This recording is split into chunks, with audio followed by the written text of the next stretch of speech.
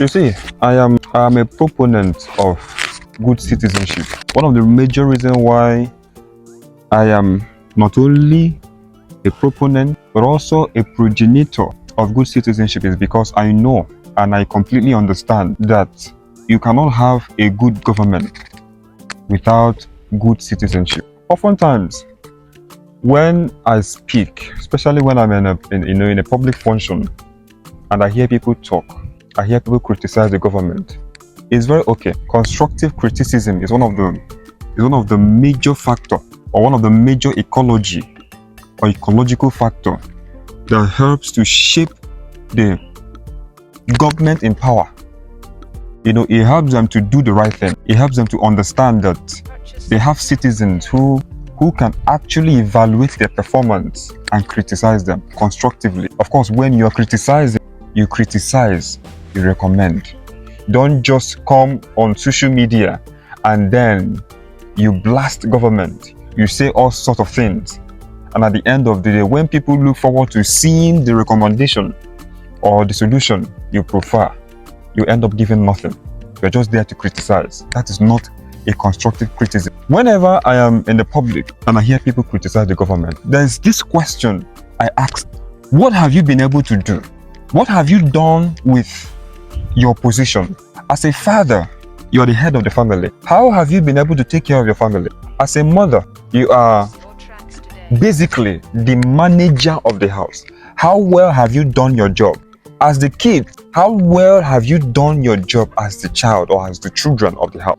As a leader, as a counselor, as a teacher, as this or as that. You need to do proper self-evaluation and tell yourself that, yes, I have done my best and I have done my responsibility. I have done the things that I'm supposed to do as a citizen of Nigeria.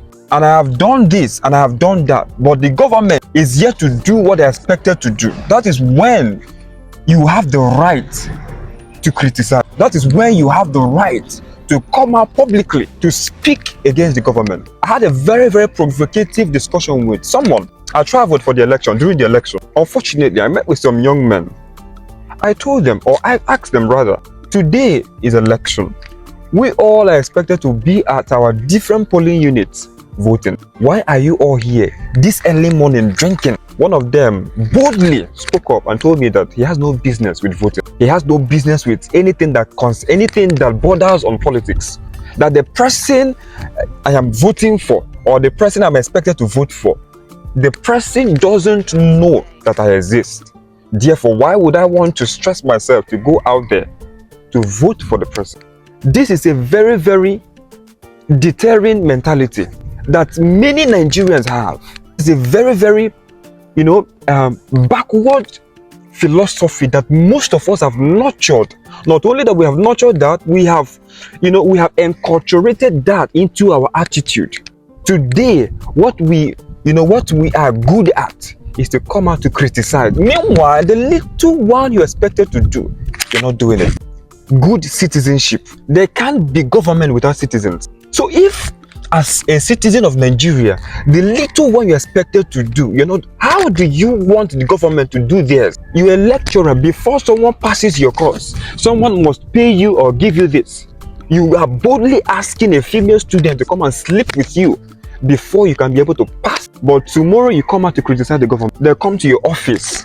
The only way you can give people faster services and more efficient services is unless they pay you extra. They give you something extra that is not in line with the policy of where you're working. But we're all Nigerian. We pray for a good Nigeria. How do we want to see a good Nigeria? How do we want to see a good Nigeria if we continue to grow like this? Remember that the problem of Nigeria is a foundational problem. Therefore, if we must correct the problem of Nigeria, we must start from the foundation. And the foundation is you and I at the grassroots.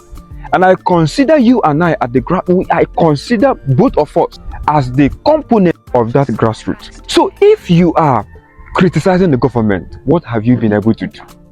What are the efforts you've made? Today, Nigeria is in a very, very transitional state. What are your contributions? If someone meets you and says, please, what have you been able to do to help your country grow? As a citizen of Nigeria, as a Nigerian, what have you been able to do? What have you done? What are those niche you've created for the growth of Nigeria? What would you say?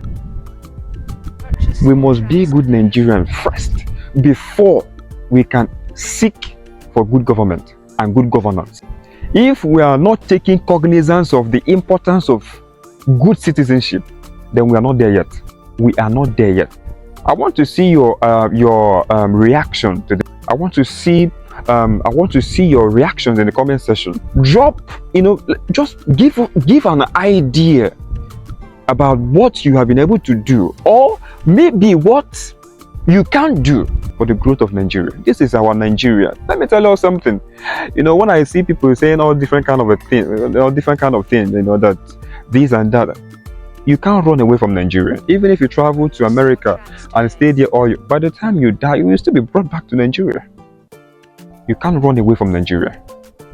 And the only reason why we have this mentality of leaving Nigeria is because things are not okay. Who are the people who make it okay? You and I. So if you keep running away, you leave the fight for another day. He who fights and run away, what happens to the person? Have a nice day.